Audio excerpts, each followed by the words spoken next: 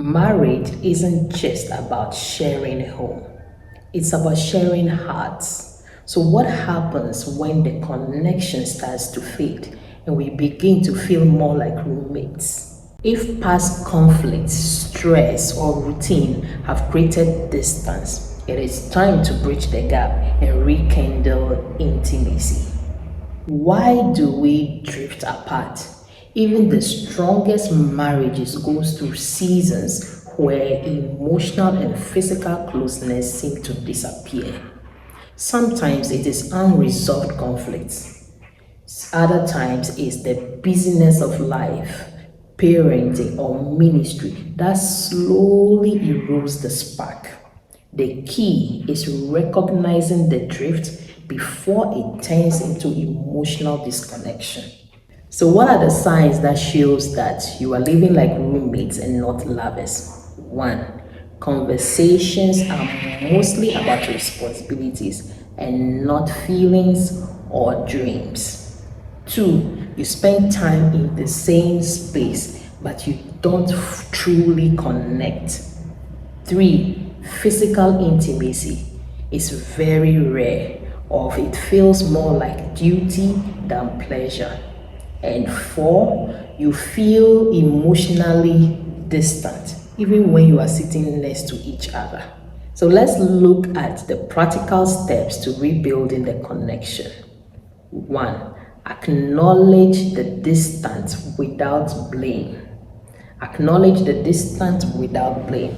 Instead of accusing your spouse of neglecting you, try a gentle approach. Like, I miss us.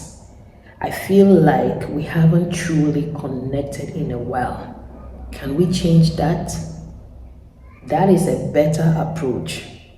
Prioritize time together. Busyness can choke intimacy. Schedule time for just the two of you. No kids, no ministry talks, no business talks, no forms of distraction at all. It can be just a simple walk, a movie night, or a weekend getaway. You have to be very intentional about reconnecting. Three, reignite emotional intimacy through small gestures. For example, one, send loving texts to each other throughout the day. It really helps build emotional intimacy. Two, speak each other's love language, whether it is words of affirmation, physical touch, acts of service, sending of gifts, or quality time. When you speak your spouse's emotional language, it helps for you to connect on a deeper level.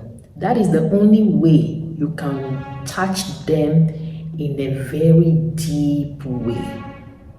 It is very important we know our spouse's love language, and to be able to do that, you can get my course, Effective Communication in Marriage. That course is so loaded, and I have a whole model where I teach you how to know your love language first of all, how to know your spouse's love language, and how to be able to speak their love language effectively, and how to get your spouse to also speak your love language gradually, because it's foreign to them. It is not their love language. Most of the time, our love languages are different. So how to get your spouse to speak your love language, all of that is in that course, Effective Communication in Marriage. It's an online course, so you learn at your own pace. The link will be in the description. And number three, reminisce about happy moments you've had together in the past. It rekindles the spark. It really does. Four, touch more even outside the bedroom. You see, physical intimacy is not just about sex. It is about closeness.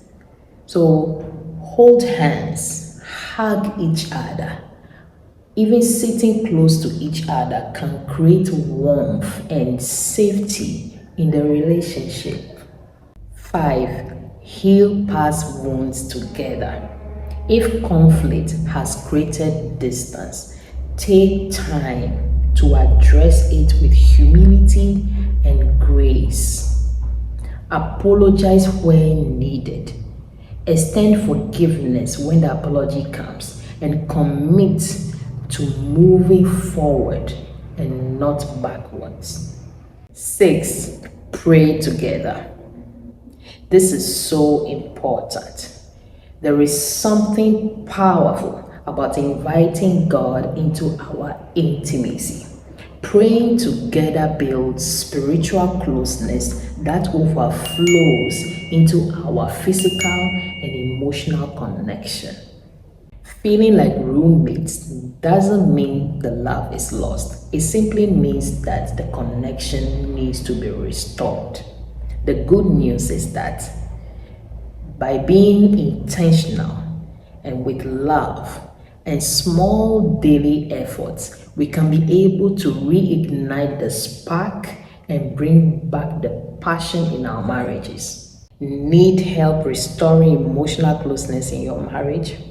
Check out my books. The Apology Toolkit is your step-by-step guide to healing and reconnecting after hurt.